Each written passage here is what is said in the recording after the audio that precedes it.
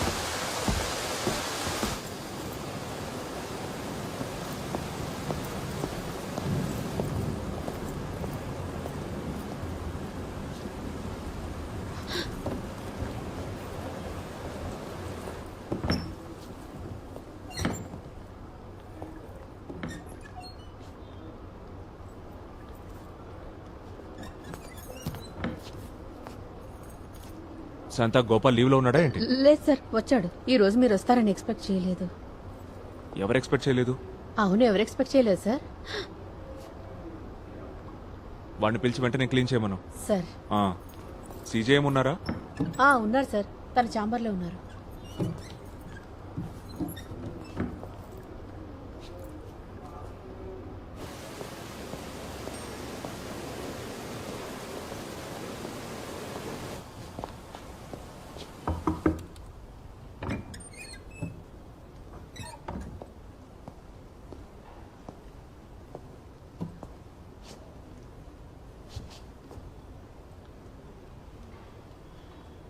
ఈ boxes and football players దీన్ని వాడతారు. ముక్కు సెట్ అవ్వడానికి బ్రిడ్జ్లా ఉపయోగపడుతుంది. వాళ్ళది వాడటానికి ఒక కారణం ఉంటుంది. Okay, now tell me, what if something happen to that guy on the bike? అసలు ఆలోచించావా? అది కార్ని రాసుకుంటూ వెళ్ళినందుకు ఏంటి? వాడు నోటికొచ్చినట్టు పిచ్చి తిట్లు తిట్టాడు. అందుకని నువ్వు వాడిని చేసి గుద్దేశావు, అంతేగా? నువ్వు ఇంకా లా కాలేజ్లో స్టూడెంట్ యూనియన్ లీడర్వి కాదురా, ఓ జ్యుడిషియల్ ఆఫీసర్వి.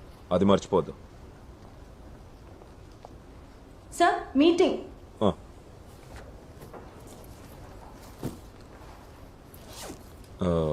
లా సెక్రటరీ గెస్ట్ హౌస్లో ఉన్నాడు, రా వెళ్దాం. నేను ఆయనకు కాల్ చేస్తాను. నీ మీద ఇంకా ఏమైనా కోపం ఉంటే ఈ మొహం చూడంగానే పోద్ది. నేను రాలేను సార్. రా. యా, 8 o'clock నేను వచ్చేస్తాను. ఓకే.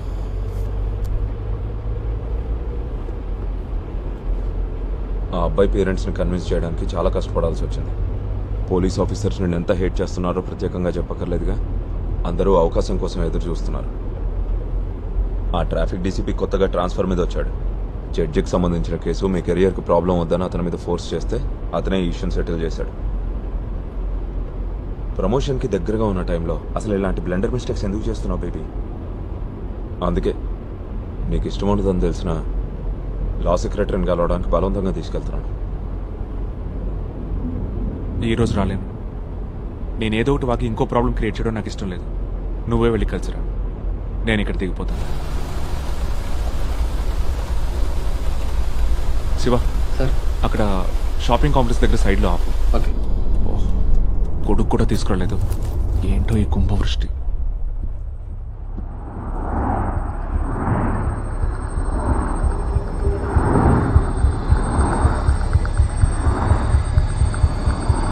కుంభవృష్ట?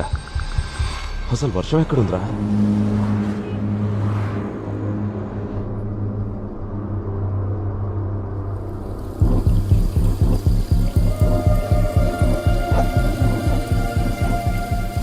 బేబీ, ఏమైంది?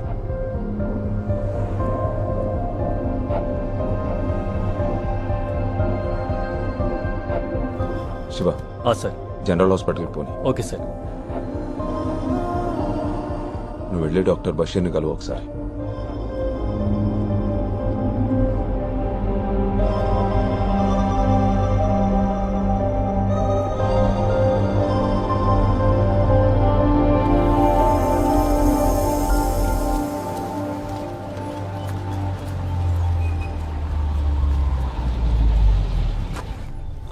బేబీ, డాక్టర్ని కలిసాక నాకు ఫోన్ చేయి. ఇంకా ఫిట్నెస్ సర్టిఫికేట్ కూడా తీసుకో. నువ్వు జాయిన్ అయ్యేప్పుడు మన సైడ్ నుంచి ప్రాబ్లం లేకుండా ఉంటుంది.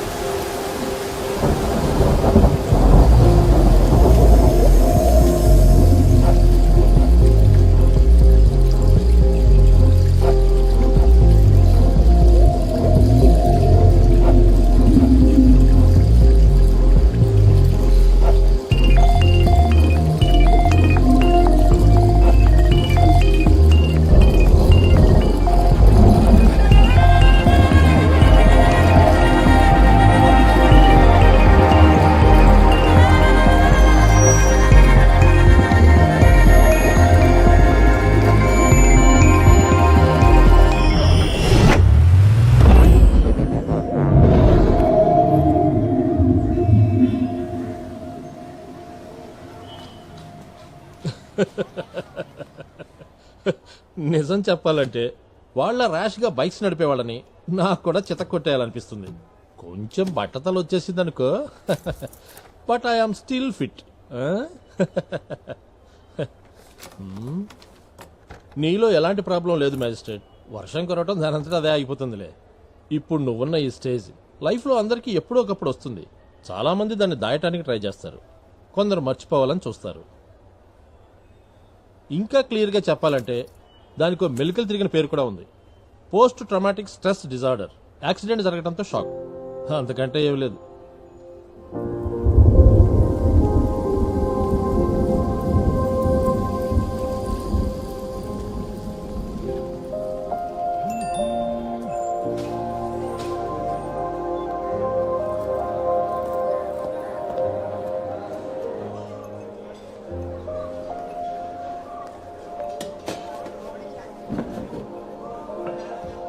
నేను ఎక్కువ టెన్షన్ పడకూడదని బషీర్ డాక్టర్ ప్రాబ్లమ్ని లైట్ చేసి మాట్లాడాడు.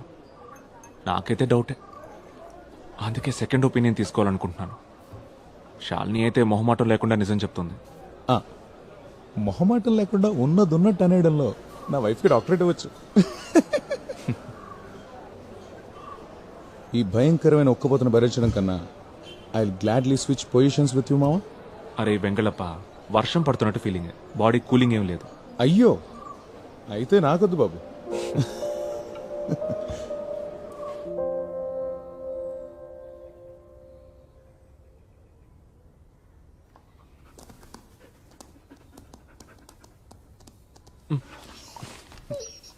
ఏంట్రా?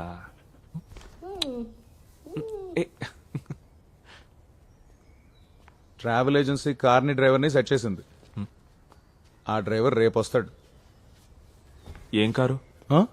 Which car? కిలోమీటర్కి నువ్వు ఇచ్చే గవర్నమెంట్ రేట్కి జాగ్వార్ వస్తుంది. జాగ్వార్. ఫ్రిడ్జ్లో ఐస్ కోల్డ్ పీర్టిన్స్ ఉన్నాయి, చెరోటి తాగుదామా? రే మేస్ట్రేట్, బీర్లు తీసుకురానా? Waste fellow.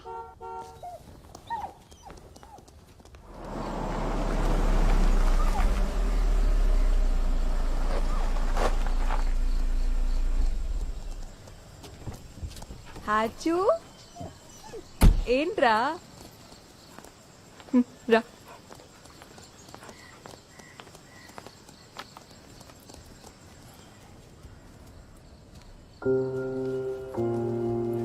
ఏంటి అలా ఉన్నావు? హెల్త్ ఓకేగా?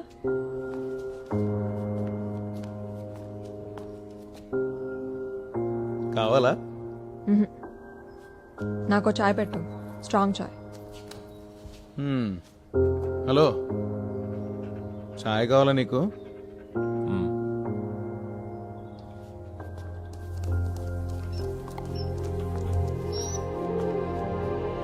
డాక్టర్ బషీర్ గారు ఏం చెప్పారు?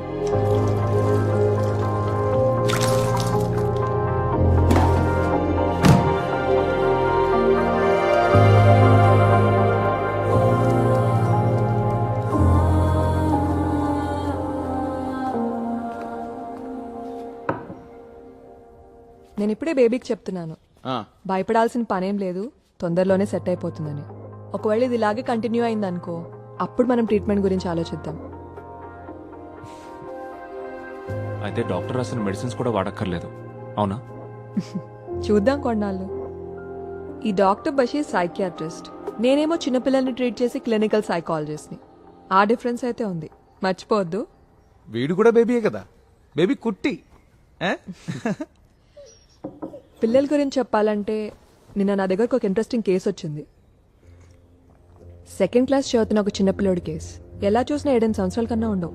లీజర్ పీరియడ్లో టీచర్ పిల్లల్ని కథలు చెప్పమని అడిగిందంట. పిల్లలందరూ క్యాట్ అండ్ మౌస్ అని చిన్న చిన్న కథలు చెప్తే వీడేమో ఒక థ్రిల్లింగ్ మర్డర్ స్టోరీ చెప్పాడంట. అది విని టీచరు, పిల్లలు అందరూ వణికిపోయారంట. అందుకే నన్ను రమ్మని పిలిచారు. ఏంట కదా? వాడేదో టీవీలోనో సినిమాలోనో చూసి చెప్పుంటాడు. కథ చెప్పినప్పుడు గానీ తర్వాత గానీ వాడేం గిల్టీగా ఫీల్ అవ్వలేదు. టీచరు, ప్రిన్సిపల్ ఇలాంటి కథలు ఎక్కడ నేర్చుకున్నా అని తిట్టినందుకు ఫీల్ అయ్యాడు. నేను వాడిని బాగా ఎంకరేజ్ చేశాను.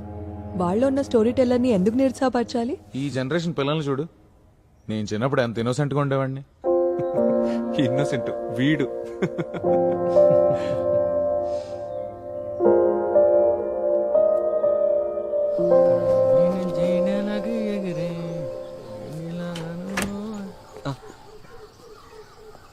ట్రావెల్ ఏజెన్సీ నుంచి వచ్చాను సార్. టైంకి రీచ్ అవ్వాలని ఎర్లీగా బయలుదేరా.